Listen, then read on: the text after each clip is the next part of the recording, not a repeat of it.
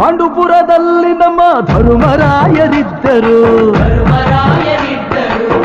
ಹೆಣ್ಣಿಂದ ವನವಾಸವೆಂದು ಸತಿಯ ನಿಂದಿಸಿದ್ದರು.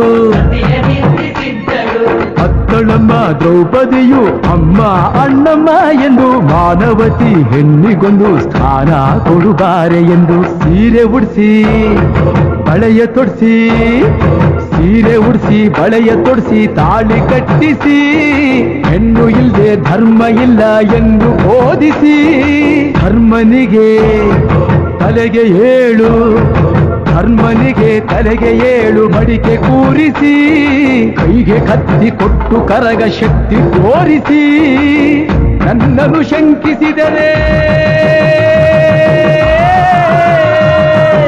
ನನ್ನನ್ನು ಶಂಕಿಸಿದರೆ ಪ್ರಳಯ ಎಂದಳಮ್ಮ.